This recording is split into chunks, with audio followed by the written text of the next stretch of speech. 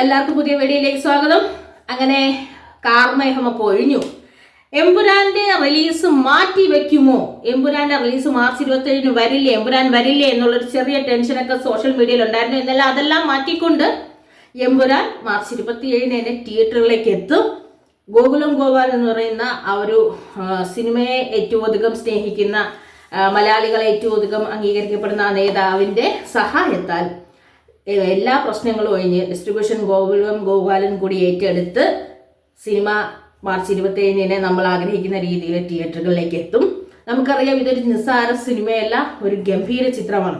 ഒരിക്കൽ നമ്മൾ കണ്ട് മറന്ന അല്ലെ കണ്ട് നിർത്തിയ ലൂസിഫറിലെ സ്റ്റീഫൻ നെടുമ്പലിയിലെ എബ്രഹാം ഖുറേഷിയെ വീണ്ടും കൂടുതൽ കാണാനുള്ള, എബ്രഹാം ഖുറേഷി ആരാണ്, എന്താണ്, എങ്ങനെ മസൂദ് ആയി ബന്ധപ്പെട്ടു എന്നുള്ള എല്ലാ കഥകളും നമുക്കിനി അറിയണമെങ്കിൽ എമ്പുരാനെ നമ്മൾ കാണണം. എമ്പുരാന്റെ പ്രത്യേകത, ലൂസിഫറിന് പുറമെ ലൂസിഫറിൽ അഭിനയിച്ച കുറേ ആൾക്കാർ എമ്പുരാനിലും ഉണ്ടെങ്കിലും അതിനേക്കാൾ ഉപരി മലയാള ഭാഷയിലെയും ഇംഗ്ലീഷ് ഭാഷയിലെയും അല്ലെങ്കിൽ വിശ്വോത്തര സിനിമയിൽ നിന്നുള്ള നമ്മൾ കണ്ടിട്ടുള്ള എല്ലാ പ്രശസ്തരായ സിനിമ നടന്മാരെയും നടിമാരെയും ഉൾക്കൊള്ളിച്ചുകൊണ്ട് ഒരു ഹോളിവുഡ് ലെവൽ എന്ന് പറയാൻ പറ്റുന്ന തരത്തിൽ, അല്ലെങ്കിൽ മലയാള സിനിമ കണ്ടതിൽ ഏറ്റവും മികച്ചതായ രീതിയിലുള്ള ഒരു ചിത്രമാണ് പൃഥ്വിരാജ് സുകുമാരൻ എന്ന് പറയുന്ന ഡയറക്ടർ നമ്മുടെ മുമ്പിലേക്ക് ഒരുക്കിയിരിക്കുന്നത്. മുരളി ഗോപി എന്ന് പറയുന്ന എഴുത്തുകാരൻ ലൂസിഫർ എഴുതി ഒരു വിടവ് പോലും ഇല്ലാതെ ക്രിസ്റ്റൽ ക്ലിയറായി എഴുതിയൊരു കഥയെ അതുപോലെ തന്നെ ക്ലിയറായ രീതിയിൽ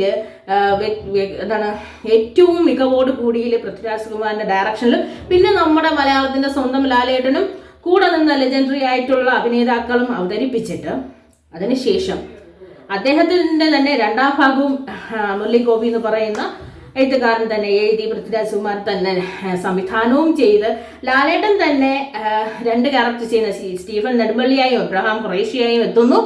മാത്രമല്ല കൂടെ അതിലും ലൂസിഫറിലും ഉണ്ടായിരുന്നതും ഇല്ലാത്തതുമായ കുറച്ച് കൂടുതൽ താരങ്ങളും ചേർന്ന് ഒരു ഗംഭീരമായ ഒരു സിനിമയാണ് ചെയ്തിരിക്കുന്നത് എന്ന് ക്യാരക്ടർ റിവീലിങ്ങിന്റെ സമയത്ത് തന്നെ നമുക്ക് മനസ്സിലായി. ഒരു മാസത്തിൽ ഒരു 18 ദിവസത്തോളം നമ്മൾ 36 ക്യാരക്ടേഴ്സിനെ പഠിച്ച സമയത്ത് മനസ്സിലായി ഗംഭീരമാണെന്ന് പറഞ്ഞു. അതുപോലെ തന്നെ ചിത്രം ഡബ് ചെയ്യാൻ പോയ സമയത്തും പല നടന്മാരും പറഞ്ഞു ഗംഭീരമായ രീതിയിൽ ചിത്രം എടുത്തു വച്ചിട്ടുണ്ട്, നിങ്ങൾക്ക് കിട്ടുന്ന ഏറ്റവും മികച്ച വിഷ്വൽ ട്രീറ്റ് ആയിരിക്കും.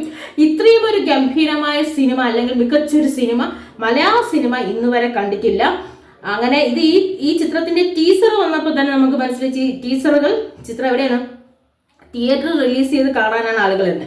തിയേറ്ററിൽ തന്നെ റിലീസ് ചെയ്ത് കാണാനില്ലെങ്കിൽ അത്രയും ഗംഭീരമാണ് സിനിമയെന്നും കാത്തിരിപ്പുണ്ടെന്നും മനസ്സിലായി. ഇനി ചിത്രത്തിന്റെ ട്രെയിലർ വരികയും ഉടനടി തന്നെ ചിത്രം തിയേറ്ററുകളിൽ കാണാനുള്ള അവസരവും നമുക്ക് ലഭിക്കുന്നുണ്ട്. എന്തായാലും എല്ലാ പ്രശ്നം ഇത് ഒരു സിനിമ എത്രത്തോളം വിജയിക്കുമെന്നുള്ളതിന്റെ സംശയം പ്രകടിപ്പിച്ചെങ്കിൽ ഒരു സിനിമയ്ക്ക് എത്രത്തോളം വിജയിക്കാൻ കഴിയുമെന്ന്, അത് മലയാള സിനിമയ്ക്ക് എത്രത്തോളം വിജയിക്കാൻ കഴിയുമെന്ന് കൊടുത്തുകൊണ്ടുള്ള സിനിമയാകട്ടെ എമ്പുരാൻ.